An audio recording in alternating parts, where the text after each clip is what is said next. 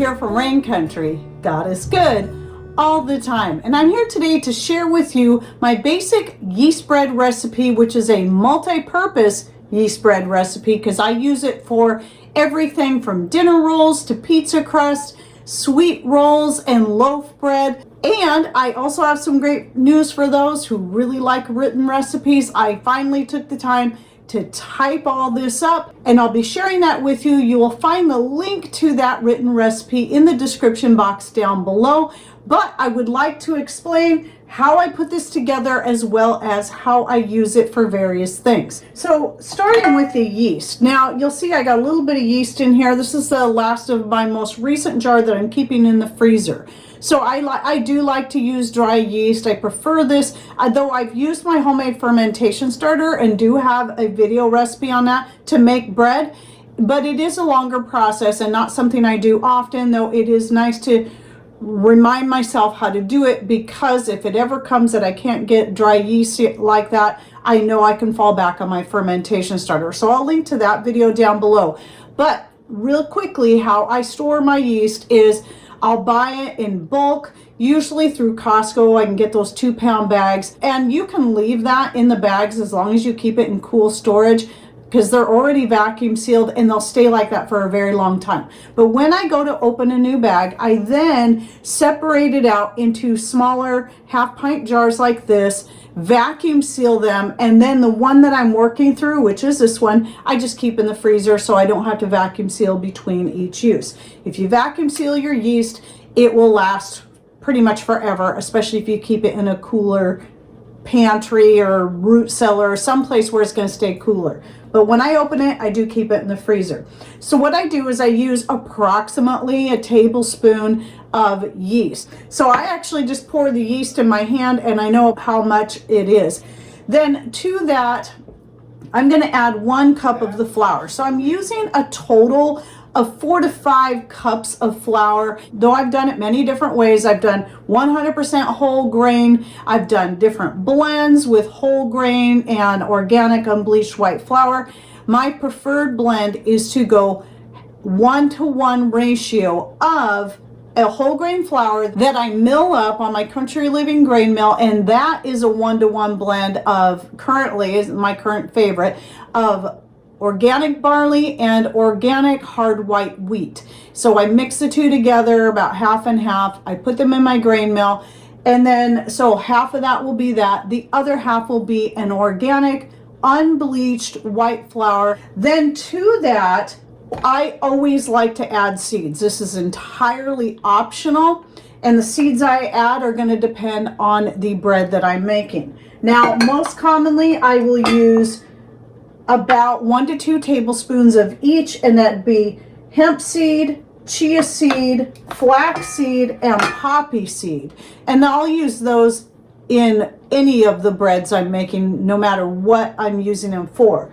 Now the black seed, I wouldn't use this in a sweet bread like for making the raspberry rolls or the cinnamon rolls, because to me this has a better flavor for a savory type bread such as pizza crust and just a loaf bread or even dinner rolls. So that's, sometimes I will add the black seed to that, and I usually use equal ratios. Typically it's 2 tablespoons of each. That's just going to add more minerals and nutrition, and just I love adding seeds to my bread. And then I also, to that dry mixture, I will add about 1/4 cup of organic coconut sugar, and that will help with the ferment, just give a boost to the overall rise. And then at least a teaspoon of salt. You can go a little higher on that if you want. And then I put on the top of that, this is again is also for flavor as well as to help just with the overall texture and rise of the bread, I will put about a tablespoon of butter right on top. You can also use coconut oil, of course, if you are vegan.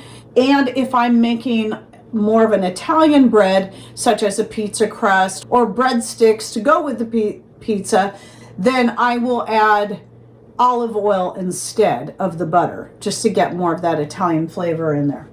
And at that point, then my water that I've been heating up on my wood stove or whatever stove you're using, it should have been heated up to about between 120 and 125 degrees. I don't go past 125 degrees, and I do prefer using, this is my favorite thermometer I've ever had. I actually bought 2 of them because I like this one so much.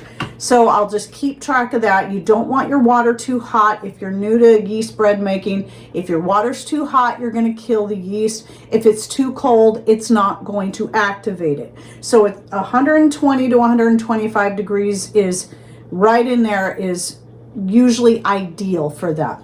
And so then I'll just pour that over my seed and flour and yeast mixture, stir that in really well, and then I'll just walk off and leave it and go do something else. Typically 5 minutes is about the amount of time you'll need to leave it, and you're letting that mixture get very foamy and bubbly.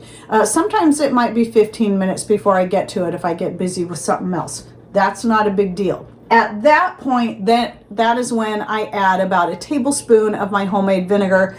It doesn't matter what vinegar. I use whatever homemade vinegar I've got ready to go here in the kitchen. It could be apple, peach, pineapple, banana, mango. It doesn't matter. Whichever one's ready to go. I'll just pour that in, approximately a tablespoon. What that's going to do is that's actually not only gonna add a little bit more benefits to the bread, it doesn't make it sour because you're not adding that much in there if you don't like a sour flavor. It's also a natural preservative in the bread, which is going to help prevent it, if you're having it sitting out, if it takes you a while to work through it, it's going to prevent it from getting moldy and help keep it fresh for a longer period of time. At that point, then I start adding the rest of my flour a little bit at a time, stirring it in the bowl until it starts to pull together and I can't really stir it anymore. I remove as much of the dough from the whisk that I can and from the bowl, turn it out onto my board here that Patrick made me, and I start kneading it, adding more flour as I go. Usually what I do first though is after I turn that out, I go and wash up that same bowl real quickly so it can have time to dry while I'm kneading the bread. And I think it only takes me a few minutes to knead bread because I'm pretty vigorous in the way I work the bread. The common time that's always been given for kneading bread is 10 minutes. But if you're really getting in there, and I don't just do a fold and press like some people do. I use all methods of kneading. I use my hands like this. I'll do the fold and press. I'll do whatever feels right at the moment, and I work that bread vigorously. I think the longest it takes me to get the right consistency in the bread is about 5 minutes of kneading, tops. And you just keep adding your flour in as you're kneading your bread. And once it gets to the point that it's no longer really sticky and sticking to your hands and sticking to your surface, then you can shape it into a ball. At that point, I get my bowl. If it's still damp, I'll dry it out. I'll butter it, or again, you can use whatever other type of fat you're using in your bread dough. So coconut oil, olive oil, whatever. And you just want to oil that bowl up really well, and then you're going to drop that in there, and then you're going to flip it once and make sure it's well coated with the oil. Cover it with a towel, and you're going to let it rise in a warm area for about an hour. So this time of the year, I set it close to my wood stove so it's nice and warm in there. If it's summertime, I'll set it out in the sun, and it's covered, so that way it's getting warmed up by the sun. So then after an hour, at that point, I'm going to punch the bread down, and then that is when I start shaping it into whatever I'm going to use it for. So now that I got the bread part out of the way, let's talk about the different uses. So then at that point, it's all how I work the dough is going to depend on what I'm choosing to make. So if I'm making dinner rolls, I'm going to take that dough, divide it in half. Each half is going to get broken up into 8 parts. So I might end up with 16 dinner rolls. You can do less than that if you'd like bigger dinner rolls, but my favorite ones to make are crescent rolls. So what I do is I'll roll them out into each half into circles, and then cut each circle into 8 parts. And then you butter it, and then you roll it from the wide side in, and then you just kind of turn it a little bit, and then maybe put a little butter on top, let them rise for about 45 minutes, covered with a towel, and then you're gonna bake. I'll talk about the baking and the temperature in a bit. If I'm making pizza, I'll take that whole thing, or maybe even take a little bit of that out to use for breadsticks. And then just depends on the size pizza I'm making. Just roll that out into a big disc, and I'll work it with my hands however I need to. If you're good at doing the pizza dough tossing, I do find the more whole grains you use and seeds, it is a lot harder to do that and have it hold together. And then I put that on my cast iron pizza pan and I let that rise. Now usually when I'm putting them in the pans right away, just same thing with the crescent rolls, I'm going to preheat the pan with a little bit of butter or some other oil in there. And I don't want it hot. I just want it nice and warm. And then I'll put the bread or the rolls or whatever it is into or on the pan that I'm using. And then put it in a warm place to rise, covering it with a clean towel, just like the same towel I used to cover the bowl with. Now for regular loaf bread, this particular recipe that I created is not quite enough to fill up 2 of your bread pans to get the right size. Now I do have cast iron bread pans and I love them. I use them for other types of bread. I don't use them for the yeast bread simply because of the size bread I'm making. So I found this little square pan right here. I think it's one of the few ones that I have is not a Lodge. But it's called Old Mountain, and if I can find a link to it, I'll put it. I bought it years ago, but if I can find the link, if it's still available, I'll put it in the description box. I'll shape it into a ball. I'll put it in my warmed pan, and then once it's in there, I'll score it 3 times. That's going to help it as it's rising to not split in a weird place. So let me share real quickly the cinnamon roll recipe. And a lot of times when people do sweet breads, they will add a lot more sugar to their dough. I don't, especially with something like cinnamon rolls. You're already putting a lot of sugar into the inside the roll itself. And then if you're putting icing on top, which I usually like to do, that's even more sugar. So I don't add excess sugar. I just keep it the same coconut sugar, which isn't as sweet or sugary as your cane sugar. I roll it out to about a rectangle of approximately 10 inches by 14 inches. And then I will take some melted butter, it's usually about a 1/4 cup, and just kind of pour that over there and spread it around evenly. And by this time, because I'll do this while the dough is in its first rise, I'll get the sugar mixture ready to go. And I like to use brown sugar in this case. And you can make your own brown sugar, by the way. I take about a 1/2 cup of brown sugar, and to that I'm going to add a minimum of a tablespoon of cinnamon. Sometimes I'll usually use 2. You can do a teaspoon if that sounds like too much cinnamon to you. Because my favorite cinnamon rolls for me to make are the orange almond cinnamon rolls, then what I do is I add about 2 tablespoons of my orange peel powder to that same mixture, that sugar mixture. And then I'll sprinkle that evenly over the top of the butter, roll it up from one short end to the other, and you can pinch your end together if you want. I don't bother with that. And then just cut it. I cut it into somewhere from about 8 to 10 rolls. I don't really count. I just kind of look at it, cut it up, and then I will place those into my buttered pan. They actually fit in here just perfectly. And again, it's warmed up a little bit. Put them in there, cover it, let it rise for 45 minutes.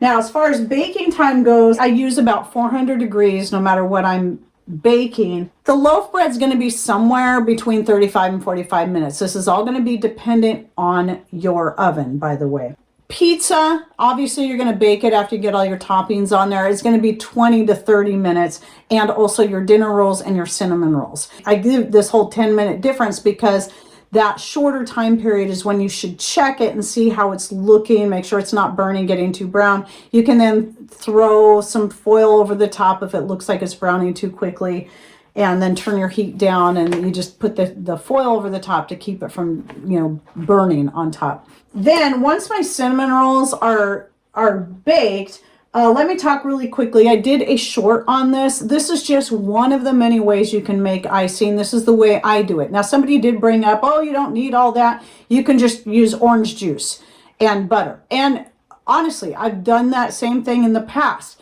but orange juice is something we don't always have on hand. I would much rather fall back on what I know is already on hand. So what I do is I use my homemade powdered sugar, which I also have a recipe on that I'll put in the link down below. It's just nice to know how to make it, even if you buy it, just in case you ever run out. So yeah, I'll put into the 1 cup of the powdered sugar, I'll put in up to 2 tablespoons of the orange peel powder. I call it a powder, but it's more like it's granulated. So I do make this myself. Then I will add, you want to add these in first, okay? Before you add any other kind of liquid, you want to put your extracts in first if you're using extracts. So I will use my own homemade orange extract, 1 teaspoon. 1 teaspoon of my homemade vanilla extract. And yes, I have videos on those as well. And then what I do like to do to really boost the flavor, and totally optional, is add a few drops of orange essential oil. And yes, it's safe. As long as it's pure and you're only using a little bit, it's totally safe. It's not the brand name that makes essential oils safe to ingest, unlike some people have come to believe. It's whether or not it's pure that matters, and what type of essential oil it is. Not all should be ingested. You mix those together and then choose which liquid you want to add. It can be just plain water. It could be whatever your favorite nut milk is to make, whether it be coconut milk, almond milk, Brazil nut milk. Start with 1 to 2 tablespoons at a time and mix it in. Because how you're using the icing is going to matter. I usually use an organic half and half that I have on hand. You can also use whole cream and whatever, or even just milk, just regular milk. And then just mix in a little bit at a time to get your desired consistency. You'll want to keep checking it because it's going to depend. Do you want to spread it on, or do you want to drizzle it on? I like it somewhere in between, where it's just thin enough where I can kind of drizzle it and have a little control over it that way. You can have it runnier than that. If you want it runnier than that, add a little bit more of whichever liquid you're going to add to that. Or if you'd like it thicker, add a little bit less. If it gets too thin, you can always add more powdered sugar and, whatever other flavoring if you think it really needs it. Now, I use the same method with pumpkin. Like, I'll have my homemade, homegrown, dehydrated pumpkin powder, and I'll use this same method when I'm making the pumpkin cookies. And I'll still add the orange peel to that quite often because I like that